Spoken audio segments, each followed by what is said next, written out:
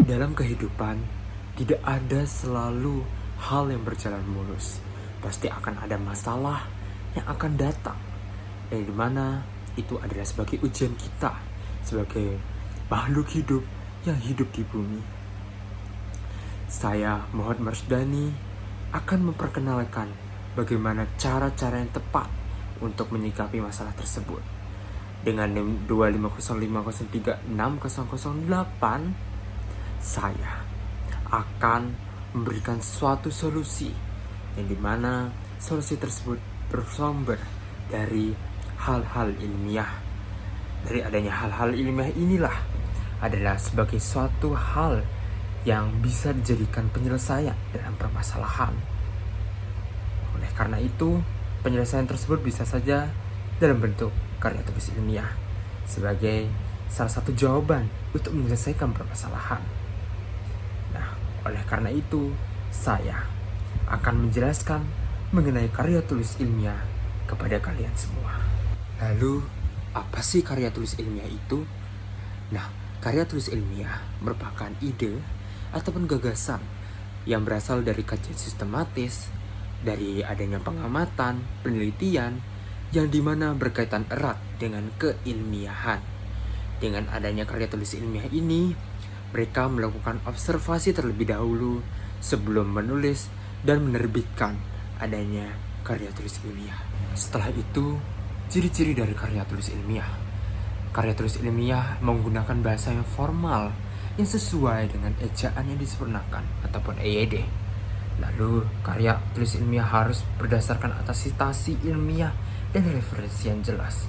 Penggunaan bahasa yang jelas, tidak bertele-tele, dan juga memuat informasi yang berdasarkan fakta dengan data yang relevan atas hasil observasi. Selanjutnya, yaitu apa saja sih contoh dari adanya karya tulis ilmiah? Yang pertama adalah laporan. Laporan sendiri merupakan karya tulis ilmiah yang menyajikan suatu fakta berdasarkan peristiwa. Yang kedua adalah makalah, yang dimana makalah ini bersifat memiliki data yang empiris. Yang ketiga adalah artikel ilmiah. Artikel ilmiah ini berasal dari pemikiran sang penulis ataupun dari adanya hasil penelitian yang dimana diterbitkan di buku ataupun sumber ataupun hal-hal lainnya. Oke, bagaimana sih contoh dari karya tulis ilmiah? Yang pertama adalah yaitu artikel ilmiah, yang dimana artikel ilmiah sendiri merupakan hasil pemikiran ataupun hasil penelitian sang penulis yang diterbitkan dalam jurnal ataupun buku. Yang kedua adalah makalah. Makalah ini merupakan karya tulis ilmiah yang berdasarkan data empiris. Yang ketiga adalah laporan, yang dimana laporan ini menyajikan fakta berdasarkan data. Lalu yang keempat adalah skripsi, yang dimana skripsi ini adalah suatu penelitian yang digunakan oleh mahasiswa semester 1 untuk menyelesaikan dari adanya jenjang perkuliahan S1. Nah, selanjutnya adalah tesis. Nah, tesis ini adalah penelitian yang lebih mendalam yang dilakukan oleh mahasiswa semester 2 untuk menyelesaikan pendidikannya. Selanjutnya adalah bagaimana cara kita menulis karya ilmiah yang baik dan benar. Yang pertama, kita harus mengetahui dulu judulnya. Yang kedua, yaitu menulis abstrak. Yang ketiga, pendahuluan. Yang keempat, kerangka teoritis. Yang kelima, metode ilmiah. Yang keenam, pembahasan. Yang ketujuh, kesimpulan dan saran. Serta yang terakhir adalah daftar pustaka. Lalu, bagaimana sih tujuan dari adanya penulisan karya tulis ilmiah? Nah, tujuannya adalah untuk menambah informasi bagi kita sebagai pembaca.